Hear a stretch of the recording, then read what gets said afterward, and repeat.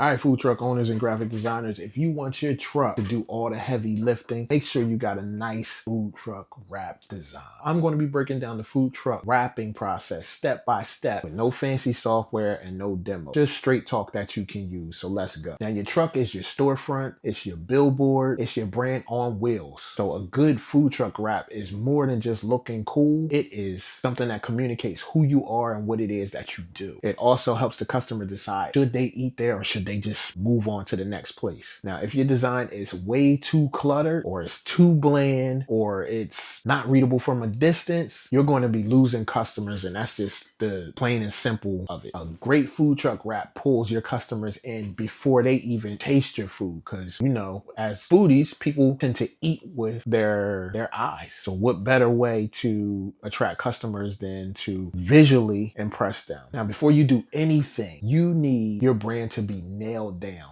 Those things include your logo, your color palette, your vibe, or your theme for your truck, and the typography. When working on these things, you gotta ask yourself, what am I? Am I a bold with bold and spicy flavors, or am I a vegan smoothie truck that focuses on natural items, improved health? These decisions affect everything from your layout to the font size. Always brand first, wrap second. Otherwise, your design is going to be random or have a random feel. Now, this is where most food trucks go wrong. Too many text, too many photos, too many effects. Like, they're just all over the place. So you got to remember, this isn't a flyer. People are seeing your truck while walking by, while you're driving by, or in a crowded area. So you got maybe 3, I would say even 5 seconds to catch their attention. Stick to 3 or 4 core elements: bold logo, a short